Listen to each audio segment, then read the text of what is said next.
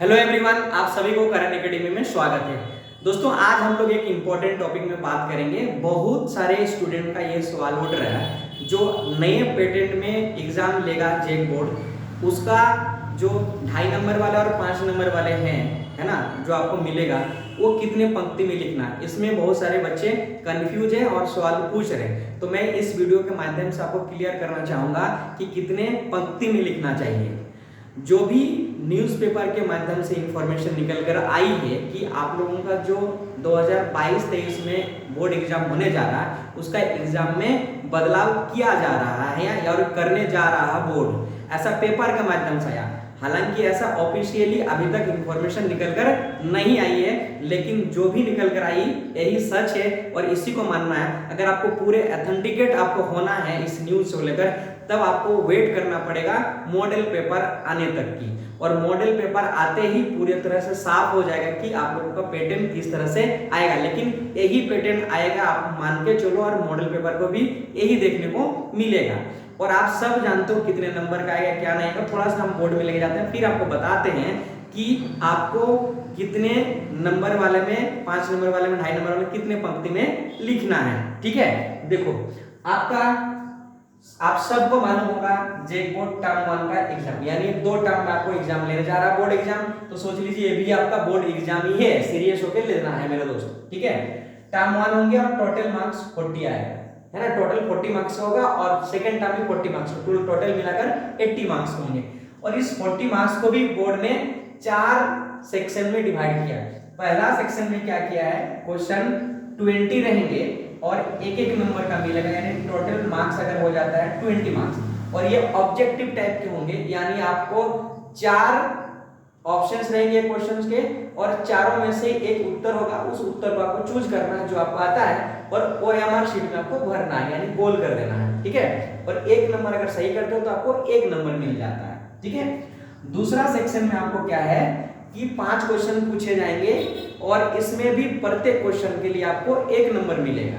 और मेरे दोस्त, ये जो सेक्शन बी है, इस सेक्शन बी में आपको 1 वर्ड्स में उत्तर देना है, यानी 5 क्वेश्चन रहेगा। जैसे मैं आपको बोल रहा हूं कि क्वेश्चन जैसे बोले कि जिप्सम का रासायनिक सूत्र क्या है, तो आपको आता है तो ऑब्वियसली 1 वर्ड्स में आ जाएगा आंसर। 1 वर्ड्स यहां तक तो पॉसिबल है कि 1 वर्ड्स में आंसर दिया जा सकता है। लेकिन अगला जो सेक्शन हमारा है सेक्शन 3, इसमें 3 क्वेश्चन रहेंगे और 3 में से 2 करना, यानी आपको 2 में 1 ऑफर है, सोच लीजिए। तो आपको 3 में से जो आपको अच्छा लगे, जिसमें आंसर अच्छा कर पाएंगे, उन्हीं 2 को आप अटेम्प्ट करना। और प्रत्येक अटेम्प्ट के लिए आपको 2.5 नंबर का मिलता है, यानी टोटल मिलाकर 5 मार्क्स आएगा, है ना। और ये तो आपको ये भी लिखा गया है कि पेपर का जो न्यूज आया है उसमें ये 5 पंक्ति में देना है। क्या देना है, 5 पंक्ति में आंसर देना है। और इसका कोई इंफॉर्मेशन पेपर के माध्यम से नहीं आया कि 5 मार्क्स वाले जो है कितने पंक्ति में देना है। बच्चे पूछ रहे हैं मुझे कि कितने पंक्ति में देंगे सर, क्या हम जो लिखा गया है कि 5 पंक्ति में ही देना पॉसिबल हो पाएगा।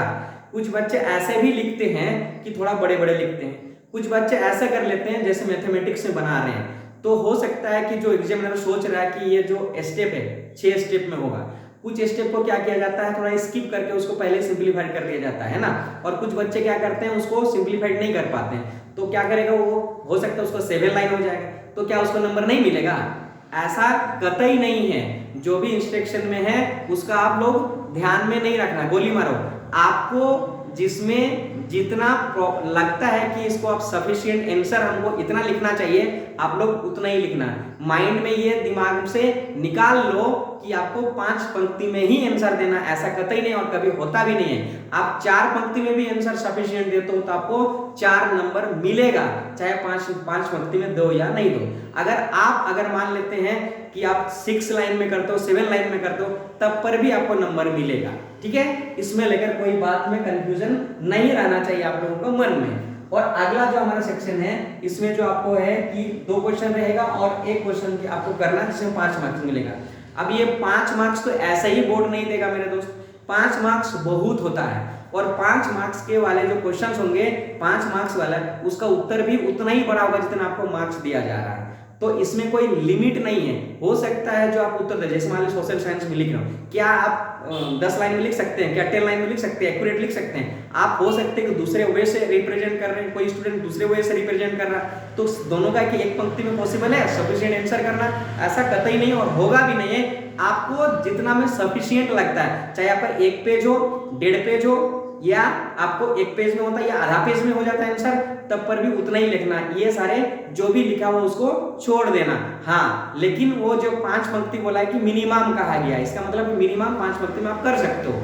इसका मतलब ये नहीं कि 5 पंक्ति में ही करना पड़ेगा, ऐसा है नहीं। और उसका इसका मतलब नहीं कि 1 पेज में ही करना। हालांकि इसके बारे में कोई आया नहीं, जब आपको पूरा बोर्ड के पेपर आ जाए, मॉडल पेपर, तब आपको साफ हो जाएगा पूरा क्या आपका फंडा है और क्या नहीं है। तो कंफ्यूज नहीं रखना, अपना पढ़ाई में ध्यान करिए, केंद्रित रहिए अपने मार्क्स को लेकर, क्योंकि दोस्त ये आप बोर्ड एग्जाम है। वो सोच लो जो मैट्रिक एग्जाम देने जाते थे ना हम लोग फरवरी मार्च में, एक फाइनल तैयार होके, तो आपको वही एग्जाम सोच लीजिए फाइनल तैयार होके जाना है। तो आपको बोर्ड एग्जाम में आसान नहीं लेना है कि इस बार, पिछली बार ऐसा भैया लोग ऐसे किए थे वैसे उसको नंबर मिल गया था। पिछली बार की थोड़ा सिचुएशन अलग था, सिचुएशन को समझो और आप बोर्ड एग्जाम की तरह ट्रीट करो और उसको पढ़ाई करो और पूरा ध्यान जम के करो।